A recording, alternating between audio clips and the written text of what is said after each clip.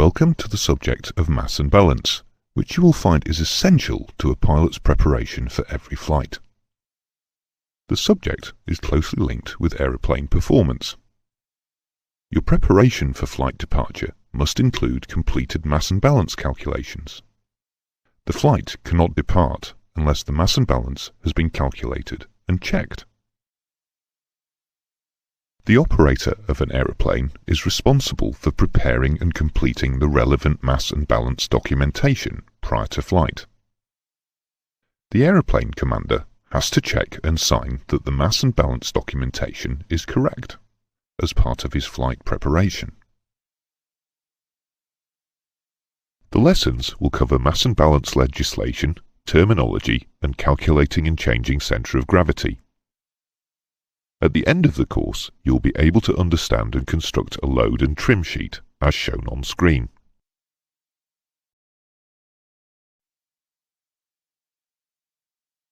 The terms mass and weight are extensively featured during the mass and balance lessons, and it is essential to explain the difference between them. Let us start with defining mass. Mass is the quantity of matter in a body. Weight is a force produced when mass is subjected to gravity. When imperial units are used, mass is given in pounds and weight is given in pounds force.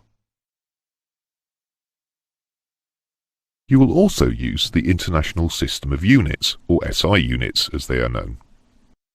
In this case, mass is expressed in kilograms and weight is given in newtons. In the study of mass and balance, mass is the preferred quantity. It is vitally important to understand, from the beginning, the basic fact that the force of gravity will act on the total mass of an aeroplane in a vertically downward manner, both in the air and on the ground. The point through which the mass acts is called the centre of gravity. It may be referred to as the point of balance. The centre of gravity position will vary throughout the operation of the aeroplane due to the position of load, use of fuel, and movement of crew and passengers. It is vitally important that it remains within the boundaries set by the manufacturer. The limited range of centre of gravity can be found in the Aeroplane Flight Manual. We will deal with movement of centre of gravity in detail later on in the course.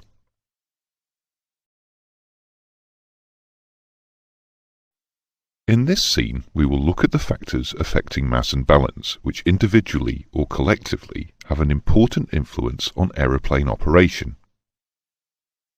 We will be looking at the effect of exceeding mass and centre of gravity limits. Getting it wrong can have disastrous consequences. All aeroplanes have structural limitations imposed upon them by the designer to protect the integrity of the structure. The limiting parameters are documented in the Aeroplane Flight Manual, and exceeding any of them could lead to a serious incident or, at worst, an accident. Naturally, we must always ensure that limits are not exceeded, but at the same time we must be aware of the consequence of exceeding them.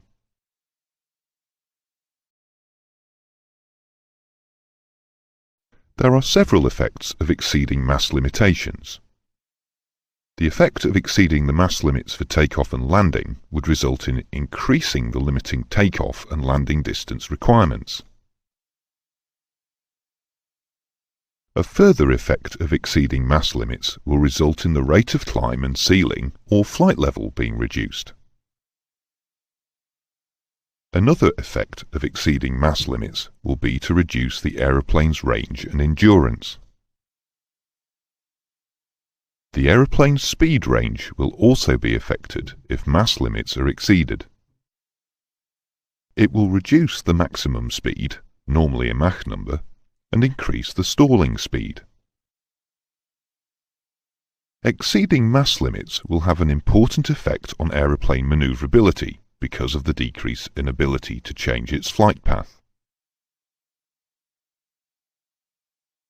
A very noticeable effect, if mass limits were exceeded, would be on the aeroplane's tyres and brakes.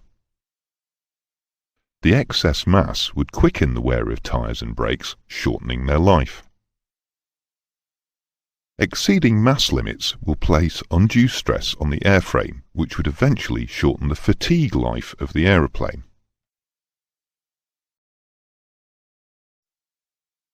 Having learnt previously that the centre of gravity has forward and aft limits, we must learn the effects of exceeding those limits. A pilot will never knowingly accept an aeroplane outside of these limits. Let's look initially at exceeding the forward limit. This will result in an increase of the stalling speed. Let us now look at a further effect of the centre of gravity being forward of the forward limit. This will affect the longitudinal stability of the aeroplane, requiring larger control surface deflections. This can add to pilot fatigue. Another important consideration of exceeding the forward limit is that the tailplane must produce a larger balancing downforce. This increased tail downforce requires increased elevator deflection, which will add to total drag. This will result in increased fuel consumption and a subsequent decrease in range and endurance.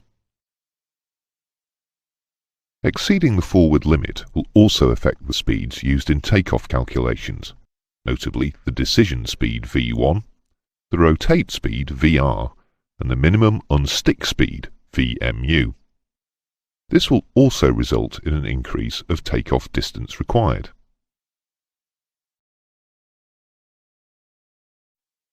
Having learnt that exceeding a forward centre of gravity limit is to be avoided, it is vitally important that the aft limit is also not exceeded.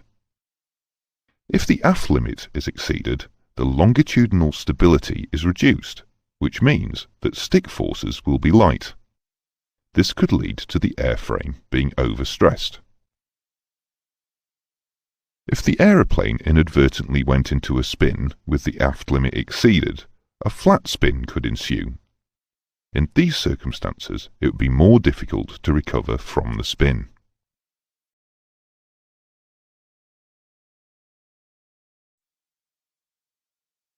As we learnt previously, the range and endurance was reduced with the forward limit being exceeded. This is also the case with the aft limit exceeded. The resulting extreme manoeuvres lead to an increase in drag.